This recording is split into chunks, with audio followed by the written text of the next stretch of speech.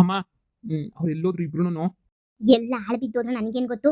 ಇಬ್ರು ಗೃಹ ಪ್ರವೇಶಕ್ಕೆ ಅದೇನೋ ಕರೆದ್ಬಿಟ್ಟು ಬರ್ತೀನಿ ಬಿಲ್ಡಪ್ ಕೊಡಕ್ಕೆ ಹೋಯ್ತೀನಿ ಅಂತ ಹೇಳ್ಬಿಟ್ಟು ಅಮ್ಮ ಮಗಳದು ಇಬ್ರುದೂ ಬರೀ ಬಿಲ್ಡಪ್ಪು ಕಣ್ಮಗ. ನನಗಂತೂ ಸಾಕಾಗಿ ಹೋಗ್ಬಿಟ್ಟೈತೆ ಅವ್ರಿಬ್ರು ಬಿಲ್ಡಪ್ ಅಂತೂ ಹೊಲ ಜಮೀನ್ ಮರ ವಿಚಾರ ಮಾತಾಡ್ದವ್ರ ತಾಗೆ. ಹೇಳಿದ್ನಲ್ಲ, ಇಷ್ಟು ಬೇಗ ಮಾತಾಡಿದ್ರೆ ಏನು ಪ್ರಯೋಜನ ಇಲ್ಲಮ್ಮ ಅಂತ ಹೇಳಿ. ಇಷ್ಟು ಬೇಗ ಅವಳ ಹತ್ರ ಮಾತಾಡ್ಬಿಟ್ರೆ ನಮ್ಮ ಮೇಲೆ ಡೌಟ್ ಕೊಟ್ಬಿಡ್ತಾಳೆ. ಇಷ್ಟು ಬೇಗ ನಾವು ಮಾತಾಡಬಾರ್ದು ಅಮ್ಮ. ಸ್ವಲ್ಪ ವೆಯ್ಟ್ ಮಾಡು, ನೋಡೋಣ. ಈಗಲೇ ಮಾತಾಡಿ ಆಮೇಲೆ ತಗ್ಲಾಕೊಂಡು ಏನು ಇಲ್ದಿದ್ದಂಗೆ ಆಗ್ಬಿಡ್ತೈತೆ ಅಷ್ಟೇನೆ. ಅಯ್ಯೋ, ಇವನು ಎಷ್ಟು ಚೆನ್ನಾಗವನೆ, ನಮ್ಮ ಮಹಾರಾಜ ಇದ್ದಂಗೆ ಇಲ್ವಾ? ಅಯ್ಯೋ, ಹಂಗೆ ಅವನಿ. ಆದ್ರೆ ಅವಾಗೆಲ್ಲ ಮೋಸ ಮಾಡ್ಬಿಟ್ಟಿದ್ದ. ಈ ಜನ್ಮದಲ್ಲಿ ಎಷ್ಟು ಚೆನ್ನಾಗಿ ಕಾಣಿಸ್ತಾವನೆ. ನಗುವ ನಯನ, ಮಧುರ ಮೌನ, ಮಿಡಿವ ಹೃದಯ, ಹೇರಮಾತೇಕೆ. ಮತ್ತೆ ಆಸ್ತಿ ಎಲ್ಲ ಹೆಂಗೋ ನಾವು ಇಸ್ಕೊಳ್ಳೋದು. ಮಗ, ಏನಾರ ಒಂದು ಜೀವನಕ್ಕೆ ಮಾಡ್ಕ. ಇವಳನ್ನ ಬಿಟ್ಬಿಟ್ಟು ಹೋಗು ಅಂತ ನಾನು ಹೇಳ್ತಿಲ್ಲ. ಜೀವನಕ್ಕೆ ಏನಾರ ಒಂದು ಮಾಡ್ಕೋಬೇಕಲ್ಲ. ಏನಾರ ಒಂದು ಮಾಡು. ಇನ್ನ 7 ಎಕರೆ ಜಮೀನು ಐತೆ ಬಿಟ್ರೆ ಈ ಮನೆ ಐತೆ. ಹೆಂಗೋ ಜೀವನ ನಡ್ಕೋಬೋದು ಮಗ. ಇನ್ನ ಹೆಂಡತಿ ಹತ್ರ ಚಂದಾಗಿ ಬಾಳ್ಕೊಂಡು ಹೋಗು. ಹ್ಞೂ ಮೈ ಡಿಯರ್ ಅತ್ತೆ, ನೀನೇನ ಅತ್ತೆ? ಅಯ್ಯೋ ಅತ್ತೆ, ಎಂಥ ಮುದ್ದಾದ ಮಗನ ಎತ್ಬಿಟ್ಟಿದ್ಯಾ ಅತ್ತೆ. ಆ ಜನ್ಮದಾಗಂತೂ ನಿನ್ನ ಮಗ ಎಲ್ಲ ಮೋಸ ಮಾಡಿಬಿಟ್ಟ. ನಾವೇ ಕೊಲೆ ಮಾಡಿಬಿಟ್ವಿ. ಆದರೆ ಈ ಜನ್ಮದಾಗಾದ್ರೂ ಹಬ್ಬಬ್ಬಬ್ಬ ಸಿಕ್ಬಿಟ್ಟವನಲ್ಲ, ಇವನ್ನಂತೂ ಬಿಡಲ್ಲ. ಏಯ್, ಏನೇ ಮಾಡ್ತಾ ಇದೀಯ ಅಲ್ಲಿ? ಬಾರೆ ಸುಮ್ಮನೆನೇ. ಅವ್ರಿಗೆ ಮಾತು ಕೊಟ್ಟಿದ್ದೀವಿ ತಾನೇ, ಅವ್ರ ಕಣ್ಣು ಕಾಣಿಸ್ಕೊಳ್ಳಲ್ಲ, ಅವರು ಡಿಸ್ಟರ್ಬ್ ಮಾಡಲ್ಲ ಅಂತ. ಅಯ್ಯೋ, ನಾನು ಅವ್ರ ಕಣ್ಣು ಕಾಣಿಸ್ಕೊತಾ ಇಲ್ಲ, ಬರೀ ಹಂಗೇನೇ ಇವ್ನು ನೋಡ್ತಾ ಇದ್ದೀನಿ. ನೀನೇನಾದ್ರೂ ಇವನು ನೋಡ್ಬಿಟ್ರೆ ಕಳ್ದೋಗ್ಬಿಡ್ತೀಯಾ. ಯಾರ ಇವನು? ನೋಡು, ಹೀರೋ ಹೀರೋ ತರ ಇಲ್ವಾ? ನಮ್ಮ ಮಹಾರಾಜನ್ ತರ ಇಲ್ವಾ ಇವನು? ಹೌದಲ್ವಾ? ಹಂಗೆ ಅವನಿ, ರಾಜ್ಕುಮಾರ ಇದ್ದಂಗೆ ಅವನೇ. ಆದ್ರೆ ಕಳ್ಳನ್ ಮಗ, ನಮ್ಗೆ ಮೋಸ ಮಾಡ್ಬಿಟ್ಟಿರೋ ರಾಜ್ಕುಮಾರ್ ಅಲ್ವಾ ಇವನು? ಅದು ಅವಾಗ ಮೋಸ ಮಾಡಿದ್ದ, ಇವಾಗ ನಾವೇ ಇವನು ಮೋಸ ಮಾಡ್ಬೇಕು. ಆ ತರ ಇರ್ಬೇಕು. ಎಂತ ರಾಜ್ಕುಮಾರ ಸಿಕ್ಬಿಟ್ಟವ್ ನಮ್ಗೆ. ನೋಡಕ್ಕಂತೂ ಹಂಗೆ ಅವನೇ, ನೋಡಕ್ ಮಾತ್ರ ದೊಡ್ಡ ಮಹಾರಾಜ. ಆದ್ರೆ ಮೈ ತುಂಬಾ ಕಿತ್ತೋದ್ ಬುದ್ಧಿನೇ ಇತ್ತು ಮಹಾರಾಜಂಗೆ. ಇವಾಗಾದ್ರೂ ಒಳ್ಳೆ ಬುದ್ಧಿ ಬಂದಿರ್ತೈತೆ ಅಂತ ಅನ್ನಿಸ್ತೈತೆ. ಆ ಜನ್ಮದಾಗಂತೂ ಹೆಂಗೋ ಆಡ್ತಾ ಇದ್ದ. ಈ ಜನ್ಮದಾಗಾದ್ರೂ ನೆಟ್ಟಿಗಾಡ್ತಾನ. ಈ ಸಲ ಅಂತೂ ಇವನನ್ನ ಬಿಟ್ಕೊಡ ಮಾತೇ ಇಲ್ಲ. ಇವನಿನ್ ಬ್ಯಾರೆ ಯಾವ ಹುಡುಗಿಯರ್ನು ನೋಡ್ಬಾರ್ದು. ನಮ್ ಜೊತೆನೇ ಬರ್ಬೇಕು, ನಮ್ ಜೊತೆನೇ ಇರ್ಬೇಕು ಅಲ್ವಾ? ನನ್ ಜೊತೆನೇ ಬರ್ಬೇಕು, ನನ್ ಜೊತೆನೇ ಇರ್ಬೇಕು. ಮುಚ್ಚೆ ಬಾಯ್ನ. ಅವನು ನನ್ ರಾಜ್ಕುಮಾರ. ಮೊದ್ಲು ಈ ಅರಮನೆನ ನನಗೋಸ್ಕರ ಅಂತಾನೆ ಕೊಟ್ಟಿದ್ದು, ಈ ಚಿಕ್ಕ ಅರಮನೆನ. ನೀನ್ ಇಷ್ಟ ಆಗ್ಲಿಲ್ಲ ಅಂತ ಆಮೇಲೆ ನನ್ ಕರ್ಕೊಂಡ್ ಬಂದು ನನಗ್ ಕೊಟ್ಟಿದ್ದು. ನಾವಿಬ್ರು ಹಿಂಗ್ ಕಿತ್ತಾಡಿನೇನೆ ಆ ರಾಜ್ಕುಮಾರ ನಮ್ಮನ್ನ ಬಿಟ್ಟು ಹೊರಟೋಗಿದ್ದು. ಆದ್ರೆ ಈ ರಾಜ್ಕುಮಾರನ್ನ ನಾವು ಬಿಟ್ಕೊಡ್ಬಾರ್ದು. ಇಬ್ರು ಕಿತ್ತಾಡ್ಬಾರ್ದು. ನೀನ್ ಸ್ವಲ್ಪ ದಿನ, ನಾನ್ ಸ್ವಲ್ಪ ದಿನ, ಸರಿನಾ? ಆದ್ರೆ ಅವಾಗ್ಲೂ ಮಹಾರಾಜಂಗೆ ಇಬ್ಬಿಬ್ರು 3 ಜನ ಮಹಾರಾಣರಿದ್ರು. ನಾವ್ ಇಟ್ಕೊಂಡಿರೋರಲ್ವಾ? ಆದ್ರೂನು ಇವಾಗ ಈ ರಾಜ್ಕುಮಾರಂಗೆ ಯಾರವ್ರೋ ಏನೋ, ಯಾರಿದ್ರು ಪರವಾಗಿಲ್ಲ, ಇವನನ್ನಂತೂ ನಾವಂತೂ ಬಿಡಬಾರ್ದು. ಅಮ್ಮ, ನೋಡು, ನಾವಂತೂ ಪ್ಲಾನ್ ಮಾಡಲೇಬೇಕು ಫ್ಯಾಕ್ಟ್ರಿ ಕಟ್ಟಕ್ಕೆ. ನೋಡು, ಸಣ್ಣ ಪುಟ್ಟ ಫ್ಯಾಕ್ಟ್ರಿ ಆದ್ರೂ ಸ್ಟಾರ್ಟ್ ಮಾಡಲಿಲ್ಲ ಅಂದ್ರೆ ಮುಂದಕ್ಕೆ ನಮ್ಮ ಜೀವನ ಇರಲ್ಲ. ಕೂರಿಸ್ಕೊಂಡು ಇವಳ ಹತ್ರ ಹೆಂಗೋ ಮಾತಾಡಿ ನೈಸ್ ಮಾಡ್ಬಿಡ್ತೀನಿ, ಸರಿನಾ? ಇವಳ ಜೊತೆನೆ ಸಂಸಾರ ಮಾಡ್ಕೊಂಡು ಕೊನೆ ತನಕ ಇರ್ತೀನಿ. ಇದೇನು ಸಂಸಾರ ಅಂತ ಅವನಲ್ಲ? ಏನೇ ಹೇಳಿ, ಹುಡುಗ ಮಾತ್ರ ತುಂಬಾ ಚೆನ್ನಾಗವನೆ ಅಲ್ವಾ? ಅವನು ನಮ್ಮನ್ ಮಾತ್ರ ಇಷ್ಟಪಡ್ಬೇಕು, ನಮ್ಮ ಜೊತೆ ಮಾತ್ರ ಇರ್ಬೇಕು. ನಾವು ಕೊಟ್ಟ ಮಾತು ತಪ್ಪಕ್ಕೆ ತಪ್ಪುದ್ರೆ ಏನಾಗ್ತೈತೆ? ನಾವೇನ್ ಮನುಷ್ಯರಲ್ವಲ್ಲ, ನಾವು ದೆವ್ವಗಳು. ತಪ್ಪನ ಕೊಟ್ಟ ಮಾತು ತಪ್ಪುದ್ರೆ ಇನ್ನೇನು ಶಿಕ್ಷೆ ಸಿಗ್ತೈತೆ ನಮಗೆ? ಇನ್ಯಾವ ಶಿಕ್ಷೆನೂ ಸಿಗಲ್ಲ. ನನಗಂತೂ ಇವನು ಬೇಕೇ ಬೇಕು. ಹಿಂದಿನ ಜನ್ಮದಾಗ ನನಗೆ ಏನೇನು ಕೊಟ್ಟಿದ್ನೋ ಮಾತೆಲ್ಲ ಈ ಜನ್ಮದಾಗ ಅವನು ಉಳಿಸ್ಕೊಂಡ್ಲೇಬೇಕು ನನಗೆ, ಅಷ್ಟೇನೆ. ಸರಿ ಕಣೋ, ಆದಷ್ಟು ಬೇಗ ಒಂದು ಮಗು ಆಗಂಗೆ ಮಾಡ್ಬೇಕು ನೀನು, ಸರಿನಾ?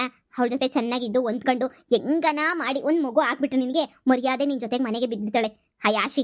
ಇಲ್ಲ, ಒಂದು ಮಗು ಏನಾದರೂ ಆಗಲಿಲ್ಲ ಅಂತ ಹೇಳಿದ್ರೆ ಅಷ್ಟೇನೆ ಕತೆ. ನಿನ್ನಂತೂ ಕತೆ ಮುಗಿಸ್ತಾಳೆ ನೋಡು. ಅವಳು ಮನೆಯಾಳಿ, ಅವಳಲ್ಲ ಮನೆಯಾಳಿ ರಾಣಿ. ಅವಳು ಬರೋಕ್ಕಿಂತ ಮುಂಚೆನೇ ನಿನ್ನ ಜೀವನ ಎಲ್ಲಾದರೂ ಸೆಟ್ಲು ಮಾಡ್ಕೊಬಿಡು. ಅವಳು ಮತ್ತೆ ಇಲ್ಲಿಗೇನಾದರೂ ಹುಡಿಕೊಂಡು ಬಂದರೆ ಮತ್ತೆ ಸಮಸ್ಯೆ ಆಗ್ತೈತೆ. ಅವಳು ಬರಲ್ಲ ಅನ್ನೋ ಮತ್ತೆ, ಆದರೆ ಮತ್ತೆ ಬಂದ್ಬಿಟ್ರೆ ಅಷ್ಟೇನೆ ಕತೆ, ಚೆನ್ನಾಗಿರಲ್ಲ. ಅದಕ್ಕೆ ಹೀಗೇನಿದ್ರು ನೀನು ಎಲ್ಲ ಬುದ್ಧಿನೂ ಉಪಯೋಗಿಸ್ಕೊಂಡು ಎಲ್ಲ ಥರನೂ ಯೋಚನೆ ಮಾಡಿ ಒಂದು ನಿರ್ಧಾರಕ್ಕೆ ಬಾ ನೀನು. ಇನ್ನೇನು ದಾರಿ ಉಳಿದಿಲ್ಲಮ್ಮ. ಅದೇ, ನಾನು ಫ್ಯಾಕ್ಟ್ರಿ ಕಟ್ಟೋದನ್ನ ಮುಂದುವರಿಸ್ತೀನಿ. ಆದಷ್ಟು ಬೇಗ ಇವಳ ಹತ್ರ ಎಲ್ಲ ಮಾತಾಡಿ ಆಶುನ ಹತ್ರ ಆದಷ್ಟು ಬೇಗನೆ ಎಲ್ಲ ಫಿನಿಶ್ ಮಾಡ್ತೀನಿ. ನೀನೇನು ತಲೆ ಕೆಡಿಸ್ಕೊಳಕ್ಕೆ ಹೋಗ್ಬೇಡ. ಯಾವತ್ತಿದ್ರೂ ಫ್ಯಾಕ್ಟ್ರಿ ಓನರ್ ನಾನೇ ಆಗೇ ಆಗ್ತೀನಿ. ನಿನ್ನ ರಾಣಿ ಥರ ನೋಡ್ಕೊತೀನಿ. ಮತ್ತೆ ನಾವು ಊರಲ್ಲಿ ಸ್ಟಾರ್ಟ್ ಮಾಡಿ ಮತ್ತೆ ಬೆಂಗಳೂರು ಕಡೆ ಹೋದರೆ ಬೇಜಾನ್ ಸಂಪಾದನೆ ಮಾಡ್ಬೋದು. ಹಾಗೇನೆ ಕನ್ಸ್ಟ್ರಕ್ಷನ್ ಫೀಲ್ಡ್ಗೂ ಇಳಿಯೋಣ ಅಂತ ಅಂದ್ಕೊಂಡಿದ್ದೀನಿ. ಕನ್ಸ್ಟ್ರಕ್ಷನ್ ಫೀಲ್ಡ್ ಅದು ಸ್ಟಾರ್ಟ್ ಮಾಡಿದೆ ಅಂತಂದರೆ ನಾನಂತೂ ಯಾರನ್ನೂ ಬೆಳೆಯಕ್ಕೆ ಬಿಡಲ್ಲ. ನಾನೇ ಬೆಳೆದು ಟಾಪಾಗಿ ಹೋಗ್ಬಿಡ್ತೀನಿ. ನೋಡು, ಮನೆದೆಲ್ಲ ನೀನು ನೋಡ್ಕ, ಮನೆಗೆ ಏನೇನು ನಡೀತೈತೆ ಅದು ಇದು ಎಲ್ಲ ನೋಡ್ಕ. ನಾನು ಅವಳ ಜೊತೆ ಪ್ರೀತಿಯಿಂದ ಇರೋ ಥರನೇ ಇರ್ತೀನಿ. ನನಗೇನು ಅವಳ ಮೇಲೆ ದ್ವೇಷ ಏನಿಲ್ಲ ಇವಾಗ ಸದ್ಯಕ್ಕೆ. ಏನು ಮಾಡೋಕ್ಕಾಗಲ್ಲ, ಮದುವೆ ಮಾಡ್ಕೊಂಡಿದ್ದೀನಲ್ವಾ, ಜೊತೆಗಿರಬೇಕು. ಆಸ್ತಿ ಅವಳ ಹೆಸ್ರಿನಾಗೈತೆ, ನಮ್ಮ ಹೆಸ್ರಿಗೆ ಬರೋಂಗೆ ಮಾಡ್ಕೋಬೇಕು. ಅಷ್ಟು ಬಿಟ್ಟರೆ ಬೇರೆ ಏನೂ ಮೈಂಡಾಗಿಲ್ಲ, ಸರಿನಾ? ಸರಿ, ಒಂದು ಲೋಟ ಕಾಫಿನಾದರೂ ಮಾಡ್ಕೊಬಮ್ಮ, ನನಗೆ ಯಾಕೋ ತಲೆ ನೋವ್ತೈತೆ.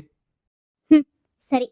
ಮಹಾರಾಜ ರಾಜನು ಇವನು, ಮನ ಬೆಳಗ ಸೂರ್ಯನು ಇವನು ಅಪರೂಪ ಗುಣದವ ಪದಗಳಿಗೆ ಸಿಗದವ ಪದಗಳಿಗೆ ಸಿಗದವ ನೀನೇ ಬೇಕು ನೀನೇ ಬೇಕು ನೀನಿಲ್ಲದೆ ಯಾಕಿ ಬದುಕು ನೀನೇ ಬೇಕು ಮಹಾರಾಜ ನೀನೇ ಬೇಕು. ಇವನ್ ಕಣ್ಣಿಗೆ ನಾವ್ ಯಾವಾಗ ಕಾಣಿಸ್ಕೋಬೇಕು ಅಂತಾನೆ ಗೊತ್ತಾಗ್ತಿಲ್ಲ. ಆ ಶಾರದೆ ಇಲ್ದಿರೋ ಟೈಮಾಗೇನೆ ನಾವಂತೂ ಇವನ್ ಕಣ್ಣು ಕಾಣಿಸ್ಕೋಬೇಕು. ನಮ್ಮನ್ನ ನೋಡ್ಬಿಟ್ಟು ಇವನು ಕಳೆದೋಗ್ಬಿಟ್ಟು ನಮ್ ಜೊತೆನೆ ಬರ್ತಾನೆ. ಅದೆಲ್ಲ ಸರಿ, ಅವತ್ತು ವಿಷ ಕೊಡ್ಲಿಲ್ಲ ಅಂದ್ರೆ ನೀನು ಊಟಕ್ಕೆ ಮಹಾರಾಜ ನಮ್ ಜೊತೆ ಚೆನ್ನಾಗಿರೋನು ಅಂತ ಅನ್ನಿಸ್ತೈತೆ. ನಿನಗೆ ತಾಳ್ಮೆ ಇಲ್ಲ, ಮೋಸ ಮಾಡ್ದ ಅಂತ ವಿಷ ಕೊಟ್ಬಿಟ್ಟು ಸಾಯಿಸ್ಬಿಟ್ಟೆ. ಆಮೇಲೆ ಇವನು ಇವಾಗ ವಿಷ ಕೊಟ್ಬಿಟ್ಟು ಸಾಯಿಸ್ಬಿಟ್ಟಿಯಾ. ನೋಡು, ಮಹಾರಾಜರು ಅಂತ ಅಂದ್ಮೇಲೆ 4-5 ಜನ ಎಂಟೇರು ಇರ್ತಾರೆ. ಅದಕ್ಕೆ ನಾವೇನು ಮಾಡೋಕ್ಕಾಗಲ್ಲ ಅಲ್ವಾ. ನಾನೇನಾದ್ರೂ ಅವನು ಸಾಯಿಸ್ಲಿಲ್ಲ ಅಂದ್ರೆ ಅಷ್ಟೇನೆ, ಅವನೇ ನಮ್ಮನ್ನು ಸಾಯಿಸ್ಬಿಡನು. ನೋಡು, ಆ ಜನ್ಮದಾಗ ಅವನಿಗೆ ಬುದ್ಧಿ ಇರಲಿಲ್ಲ, ಈ ಜನ್ಮದಲ್ಲಿ ತುಂಬಾನೇ ಬುದ್ಧಿ ಐತೆ. ಕಣ್ಣಿಗೇನೋ ಹಾಕೊಂಡವನಿ, ಎಷ್ಟು ಚೆನ್ನಾಗಿ ಕಾಣಿಸ್ತಾವನಿ. ನನಗೆ ಮಹಾರಾಜನ ಮೇಲೆ ತುಂಬಾನೇ ಪ್ರೀತಿ ಇತ್ತು. ಆಗ ಆ ಪ್ರೀತಿನೇ ಅವನ್ನ ಸಾಯಿಸೋ ಥರ ಮಾಡ್ತು. ಅದಕ್ಕೆ ಇವಾಗೂ ಇವ್ರು ನೋಡಿದ್ರೆ ನನಗೆ ಕೋಪನೇ ಬರ್ತಾ ಇಲ್ಲ. ಪ್ರೀತಿ ಅನ್ನೋದು ಹುಕ್ಕುಕ್ಕಿ ಹಾಲರ್ದಂಗೆ ಗರಿತಾ ಇದೆ. ನೋಡು, ಇವನನ್ನಂತೂ ನಾವು ಬಿಡೋದೇ ಬೇಡ. ಇವನ ಜೊತೆನೇ ಜೀವನ ಮಾಡ್ಕೊಬಿಡೋಣ. ಇವನ ಇದೇ ಮನೆಗೆ ಇರಿಸ್ಕೊಬಿಟ್ಟು ಇನ್ನು ಉಳಿದಿರೋನೆಲ್ಲ ಒದ್ದು ಓಡಿಸ್ಬಿಡೋಣ ಅಲ್ವಾ. ಮತ್ತೆ ಆ ಶಾರದಿಗೂ ಮತ್ತೆ ಮಗಳಿಗೂ ಮಾತು ಕೊಟ್ಟಿದ್ಯಲ್ಲ ನೀನು, ನಾನು ನೀ ಎಲ್ಲೋ ಮೂಲೆಗೆ ಇರ್ತೀನಿ ಅಂತ. ನಾನು ಮಾತು ಕೊಟ್ಟಿದ್ದೀನಿ, ಉಳಿಸ್ಕೊತೀನಿ ಅಂತ ನಾನೇನು ಹೇಳಿಲ್ವಲ್ಲ. ನಾನು ಯಾವುದೇ ಕಾರಣಕ್ಕೂ ಉಳಿಸ್ಕೊಳ್ಳಲ್ಲ. ಈ ಮಹಾರಾಜನಿಗೋಸ್ಕರನೇ ತಾನೇ ಎಷ್ಟೆಲ್ಲ ಕಷ್ಟಪಟ್ಟಿದ್ದು ನಾನು ನೀನು. ನೋಡು, ಈ ಅರಮನೆನೂ ನಮ್ಮದೇ, ಈ ಮಹಾರಾಜನೂ ನಮ್ಮನೆ. ನೀನು ಯಾಕೆ ಯೋಚನೆ ಮಾಡ್ತೀಯಾ? ಆ ಶಾರದಿ ಮತ್ತೆ ಅವ್ರ ಮಗಳನ್ನ ಇಲ್ಲಿಂದ ಓಡಿಸ್ಬಿಡೋಣ. ಇಲ್ಲಾಂದ್ರೆ ಇಲ್ಲೇ ಇರಲಿ, ನಮ್ಮ ಜೊತೆನೇ ಇರಲಿ. ಆದರೆ ನಾವು ಹಿಂಗೆ ಓಡಾಡ್ಕೊಂಡಿರೋಣ. ಅಮ್ಮ ಬೇಗ ತಗೋಬಾ, ತಲೆ ಅಂತೂ ಸಿಡಿತೈತೆ. ಏನ್ ಮಾಡ್ಬೇಕೋ ಯೋಚನೆ ಮಾಡಕ್ಕಂತೂ ನನಗಂತೂ ಟೈಮೇ ಸಿಗ್ತಾ ಇಲ್ಲ. ಬ್ಯಾಂಕ್ಗೆ ಯಾವಾಗ ಹೋಗ್ಬೇಕು, ಯಾವಾಗ ಏನೇನ್ ಮಾಡ್ಬೇಕು ಅಂತಾನೆ ಅರ್ಥ ಆಗ್ತಿಲ್ಲ. ಅಯ್ಯೋ, ಬಂದೆ ಇರು ಮಗ, ಬಂದೆ 2 ನಿಮಿಷ ಬಂದ್ಬಿಟ್ಟೆ. ತಗ ಕುಡಿ, ಶಾನೆ ಯೋಚನೆ ಮಾಡಕ್ ಹೋಗ್ಬೇಡ. ಆಗದಾಯ್ತದೆ. ಎಷ್ಟು ಯೋಚನೆ ಮಾಡಿದ್ರು ಆಗದೆ ನೀನೇ ಆಗದು. ನೀನು ಯಾಕೆ ತಲೆ ಕೆಡಿಸ್ಕೊಂತೀಯ? ಎಲ್ಲ ಒಳ್ಳೇದಾಯ್ತದೆ. ದೇವ್ರವನೇ ದೊಡ್ಡವನು, ಎಲ್ಲ ನೋಡ್ಕೊತಾನೆ. ತಗ ಕಾಪಿಯ. ಅಮ್ಮ, ಈ ಮನೆಯಲ್ಲಿ ನಮ್ಮ 4 ಜನ ಬಿಟ್ಟು ಬೇರೆ ಯಾರು ಇಲ್ಲ ತಾನೇ? ಇದೀವಿ, ನಾವು ಇದೀವಿ. ಇಲ್ಲ ಕಣೋ, ಯಾರು ಇಲ್ಲ. ಇನ್ ಯಾರು ಬರ್ತಾರಿ ಮನೆಯಾಗೆ? ಯಾಕೋ? ಏನಿಲ್ಲ, ಯಾರೋ ನನ್ನ ಅಕ್ಕಪಕ್ಕ ಓಡಾಡ್ದಂಗೆ ಅನ್ನಿಸ್ತೈತೆ ನನಗೆ. ಅಲ್ಲ, ಅಕ್ಕಪಕ್ಕ ಅಂದ್ರೆ ಇರ್ಬೋದೇನೋ ಅಂತ ಅನ್ನಿಸ್ತೈತೆ, ಫೀಲ್ ಆಗ್ತೈತೆ ಅಷ್ಟೇನೆ. ಅದಕ್ಕೆ ಕೇಳಿದೆ ಅಷ್ಟೇನೆ. ಈ ಮನೆಗೆ ಇನ್ ಯಾರು ಬರ್ತಾರೆ? ಇನ್ ಅಮ್ಮ ಮಗಳು, ಶಾರದಿನೂ ಮಗಳು ಇರೋ ಮನೆಗೆ ಇನ್ ಯಾರು ತಾನೇ ಬರಕ್ ಸಾಧ್ಯ ಹೇಳು? ಯಾರು ಬರಲ್ಲ. ನೀನ್ ಯಾಕೆ ಯೋಚನೆ ಮಾಡ್ತೀಯಾ? ಸುಮ್ಮನೆ ಕಾಫಿ ಕುಡಿ ನೀನು. ನೋಡ್ದಾಕ ಇವನಿಗೆ ನನ್ನ ಮೇಲೆ ಎಷ್ಟೊಂದು ಪ್ರೀತಿ ಅಂತ ನಾವು ಇವನ್ ಹಿಂದೆ ಮುಂದೆ ಸುಳಿತಾ ಇರೋದೆಲ್ಲ ಇವನಿಗೆ ಎಷ್ಟು ಚೆನ್ನಾಗಿ ಅರ್ಥ ಆಗ್ತಾ ಇತ್ತು. ನೋಡು, ನಾವೇ ಇವನ್ ಹಿಂದೆ ಮುಂದೆ ಎಲ್ಲ ಓಡಾಡ್ತಾ ಇದೀವಿ ಅಂತ. ಅದನ್ನೇ ಪ್ರೀತಿ ಅನ್ನೋದು ಅಲ್ವಾ. ಇವನಿಗೆ ನಮ್ಮ ಮೇಲೆ ಪ್ರೀತಿ ಇನ್ನೂ ಐತೆ ಅನ್ಸುತ್ತೆ. ಹೌದು ಅಕ್ಕ, ಇವನಿಗೆ ನಮ್ಮ ಮೇಲೆ ತುಂಬಾ ಪ್ರೀತಿ ಐತೆ. ನಾವು ಇವನಿಗೆ ತುಂಬಾ ಪ್ರೀತಿ ತೋರಿಸ್ಬೇಕು. ನೀನು ಬೇರೆದ್ರ ಬಗ್ಗೆ ಯೋಚನೆ ಮಾಡೋದು ಬಿಟ್ಟು ಮೊದಲು ಯಾವ ಥರ ಫ್ಯಾಕ್ಟ್ರಿ ಕಟ್ಟಬೇಕು, ಎಲ್ಲಿ ಹೋಗ್ಬಿಟ್ಟು ಬ್ಯಾಂಕಿಗೆ ಸಾಲ ತಗೊಬಿಟ್ಟು ಬರಬೇಕು, ಏನು ಮಾಡಬೇಕು, ಎತ್ತು ಮಾಡಬೇಕು, ಅದ್ರ ಬಗ್ಗೆ ಮಾತ್ರ ಯೋಚನೆ ಮಾಡು. ಅದು ಬಿಟ್ಟು ಬೇರೆ ಯಾವುದ್ರ ಬಗ್ಗೆನೂ ನೀನು ಯೋಚನೆ ಮಾಡಬೇಡ. ಈ ಕಾಫಿ ಕುಡಿದು ಹೋಗು, ಸ್ವಲ್ಪ ಹೊತ್ತು ಮಲ್ಕ ಹೋಗು. ಅಮ್ಮ ಮಗಳು ಇಬ್ರು ಊರು ತುಂಬ ಬೀಕ್ಕೊಂಡು, ಊರು ತುಂಬ ಬಿಲ್ಡಪ್ ಪಟ್ಕೊಂಡು ಬರೋ ಅಷ್ಟೊತ್ತಿಗೆ ಎಷ್ಟೊತ್ತಾಯ್ತದೋ ಏನೋ, ಯಾರಿಗೆ ಗೊತ್ತು. ನೀನು ಆರಾಮಾಗಿ ನೀನು ಕಾಫಿ ಕುಡಿದು ಸ್ವಲ್ಪ ಹೊತ್ತು ಹೋಗಿ ರೆಸ್ಟ್ ಮಾಡು. ನನ್ನ ಕಷ್ಟನ ಯಾರು ಕೇಳಿದ್ರು ಒಬ್ರಿಗೂ ಅರ್ಥ ಅಂತೂ ಆಗಲ್ಲ ಬಿಡು. ಏನೋ ಫೀಲ್ ಆಗ್ತೈತೆ ಅಂದರೆ ಕೇಳೋದೇ ಇಲ್ಲ ನಮ್ಮಮ್ಮ. ಬಿಡು, ಏನು ಫೀಲ್ ಆಗಕ್ಕೆ ಸಾಧ್ಯ? ಎಲ್ಲ ನನ್ನ ಭ್ರಮೆ ಇರಬೇಕು. ಈ ಆಶಾನೇ ದೊಡ್ಡದೇವ. ಅವಳನ್ನ ನೋಡಿದ್ಮೇಲೆ ಏನಾದರೂ ಓಡಾಡ್ದಂಗೆ ಅನ್ನಿಸ್ಲೇಬೇಕಲ್ವ ನನಗೆ.